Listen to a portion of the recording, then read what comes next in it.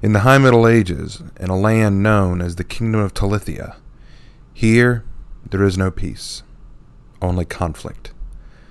Mages and witches live in every corner of the kingdom, and through their desire for power have formed covens, colleges, and military bodies to war with each other for supremacy of Talithia. Countless innocents lose their lives, and sometimes worse, at the hands of their magic. Then, 50 years after the wars began, an order was founded. An order of knights, bearing the emblem of a dragon, and with the language of the drake scrawled upon their armor and weapons. These were the beginnings of the Order of the Dragon. The legend goes that the original founders of this order traveled to the mountains of Talithia and found one of the last dragons there. Dragons, an ancient species that is immune to magic, taught the knights its language, its ways, and how to combat those who would misuse arcane knowledge for their own power. Thus, the knights forged their armor using special rituals and alloys to make them immune to spells, and crafting weapons that could break through wards and magical barriers, using lost and closely guarded secrets, forging techniques passed down by the Order's blacksmiths. Wherever the Order went, mages fell. Some mages were forced to hire bandits, mercenaries, or summon the undead to fight for them. The war was at a stalemate, neither side able to make meaningful progress in bringing an end to the conflict. Though the mages continued their quarreling, any open hostility brought the Order to their doorstep, and though the Order might crush one coven, a new and powerful one would emerge from the ashes. But the Order had a secret weapon, a final secret to try. One dark fall evening, under the light of a moon, 4 of the highest-ranking knights in the Order selected a pious and noble squire named Thomas de Leon to be knighted, and also to undergo a ritual called the Dragon's Flesh. This ritual would make the subject physically resistant to magic without the need of armor. While their armor could withstand most magical attacks, it was not foolproof, and thus this new magically immune warrior could be the future of the Order. This news shocked and terrified the mages of Talithia. Action was needed before they used this ritual on every single one of their Order. 2 days after the first ritual was performed, a powerful coven of mages called the Ethereal Hand launched an attack on the Order's fortress. Normally, the fortress had special barriers and countermeasures to expel magic users, but someone had ripped them down. The mages stormed the sanctum. They brought with them mercenaries and cutthroats, all to overwhelm and put down the Order's forces. Thomas was tasked with taking the children and young pages deep into the dungeons to protect them from harm. But it was no use. As the last night fell, the traitor pointed the Ethereal Hand to where the children hid. Thomas attacked, desperate to kill the traitor, only to learn who it was. He was a knight, one of the highest-ranking knights within the Order, Lucas Durso. He was the traitor. Thomas, shocked by this revelation, was unprepared to be shot by a seemingly fatal curse from one of the witches. Leaving him for dead, Lucas Duran and the Ethereal Hand left the fortress behind and in shambles. Then, to ensure no one ever stumbled across it again, they cast the fortress and the mountain it rested on into a large magical mist called the Faded Mist. This mist separated the fortress from time and space itself, letting it drift out of thought, knowledge, memory, or concern. Everything inside was now lost to time and space. Having survived the death curse thanks to the ritual he had undergone, Thomas awoke in this hell world, filled with grief and pain at the loss of his Order. He set about the long and arduous task of bearing the bodies of the knights, the elders, and even the children who were all butchered in the ensuing battle.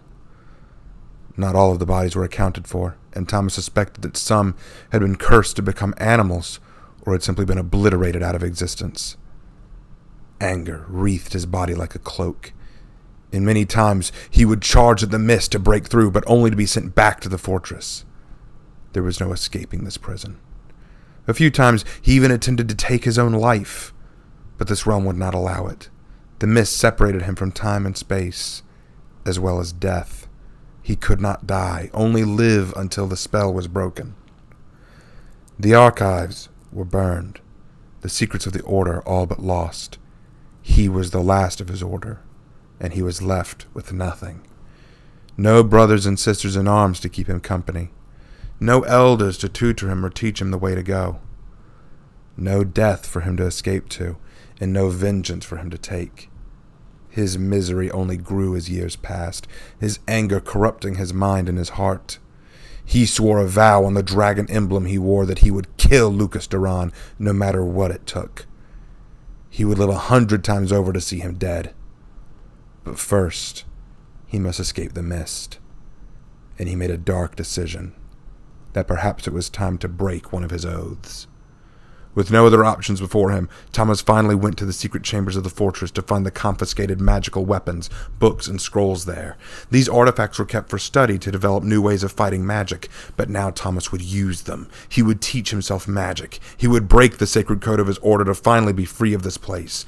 The order had forbade the use of magic, but here he would finally use it to free himself. However, no spell he tried could be cast. No magic could be created from his flesh, for the ritual he'd taken made him not only unable to receive magical energy, but unable to produce it. His greatest gift, his secret weapon, was now his greatest downfall. Again, Thomas de Leon sank into despair.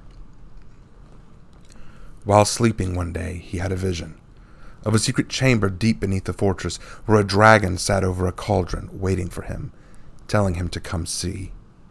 Upon waking, he went to the secret chamber to find that it existed. He'd never seen its insides before. It had always been restricted to only the strongest and highest ranking of knights. But now as he walked down, he saw it for what it was. A great cauldron sat in the center of the room with vials, crystals, and other such strange things as to boggle the mind. Thomas studied the scrolls and recipes littering the area and found the strange but horrifying truth. This was not magic, but alchemy. The knights of the order had developed potions, elixirs, and draughts to take that increased magical resistance or allowed them advantages in battle. A clever way to enhance the body. Then a thought possessed Thomas. If his body could not produce magic as it was, then he must change his body, and perhaps one of these elixirs held a means to do that, even if only temporary. Weeks of study poured into the chamber, until at last Thomas developed a potion to alter his physical form and hopefully let him use magic. Upon taking it, the potion altered him drastically and gave him the form of a woman.